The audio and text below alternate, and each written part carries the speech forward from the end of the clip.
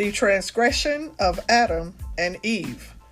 Genesis chapter 2, verse 10 through Genesis chapter 3, verse 24.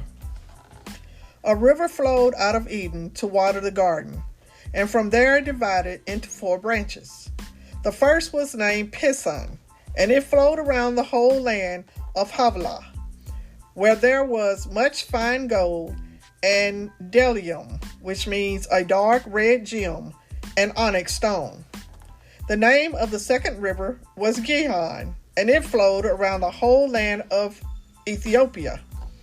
The third river, named Hiddekel, flowed to the east of Assyria, and the fourth river was the great river Euphrates. The Lord God took the man and put him in the Garden of Eden to cultivate it and keep it. And the Lord God commanded the man, saying, "You are free to eat of every tree of the garden, but you shall not eat of the tree of the knowledge of good and evil, for in the day that you eat of it, you shall die." Then the Lord God said, "It is not good that the man should be alone. I will make him a helpmate," which means a good helper, to be a companion for him. In the meantime, the Lord God formed out of the ground every beast of the field and every bird of the air, and brought them to Adam to see what he would call them. And whatever Adam called each living creature, that was its name. So Adam gave names to all cattle, and to the birds of the air, and to every beast of the field. But for Adam there was not found a suitable mate.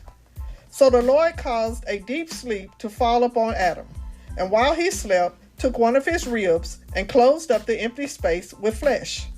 And from the rib which the Lord God had taken from man, he made a woman, and brought her to the man.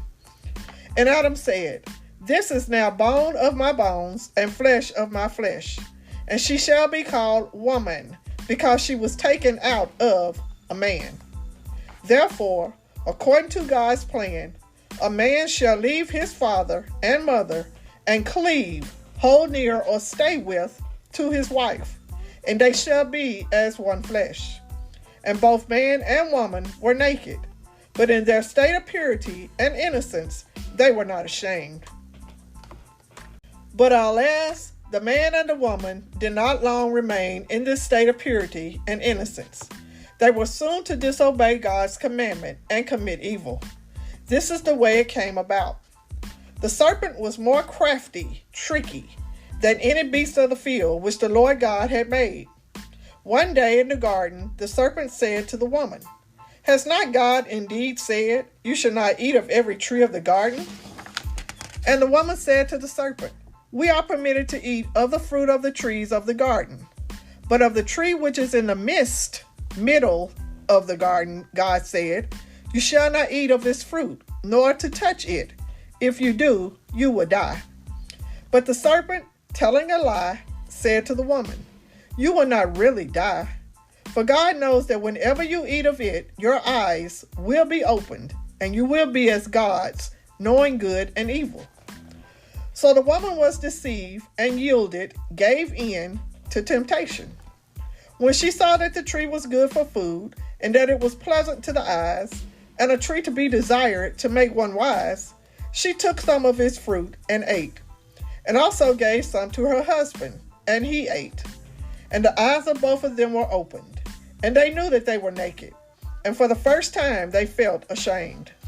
To cover their nakedness, they sewed fig leaves together and made themselves aprons. Then, to their dismay, they heard the voice of the Lord God in the garden in the cool of the day. And Adam and his wife hid themselves from the presence of the Lord God among the trees of the garden.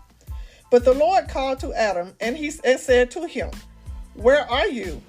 And Adam said, "I heard your voice in the garden, and I was afraid, because I was naked.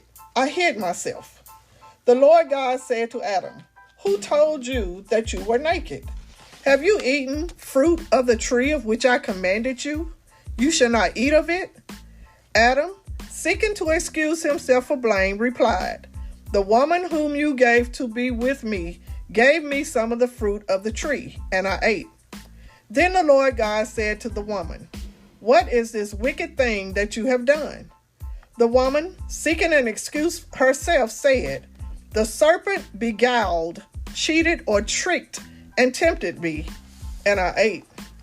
Then the Lord God said to the serpent, "Because you have done this, you are cursed above all cattle and above every beast of the field. You shall crawl upon your belly, and you shall eat dust all the days of your life, and will cause enmity between you and the woman, and between your progeny and her progeny. The progeny of the woman shall bruise your head, and you shall bruise their heel." To the woman God said, "I will greatly multiply your travail, great pain in childbearing. In pain and suffering shall you bring forth children. Also your desire shall be for your husband, and he shall rule over you." And to Adam the Lord said, "Because you have heeded the voice of your wife, and have eaten of the tree of which I commanded you, you shall not eat of it. Cursed is the ground on your account.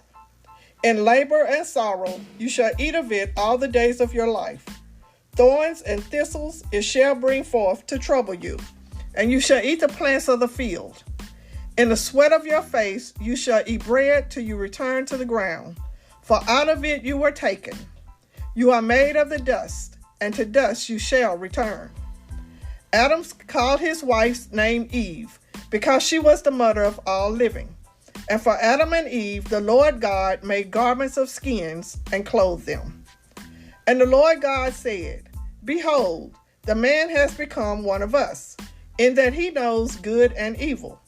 And now, in order that he may not put forth his hand and take also of the tree of life and eat and live forever, I will send him forth from the Garden of Eden to till the ground from which he was taken."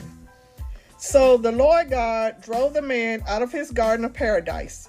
And at the east of the Garden of Eden, the Lord placed cherubim, angels, and a flaming sword, which turned in all directions to guard the way of the tree of life. The end. Peace.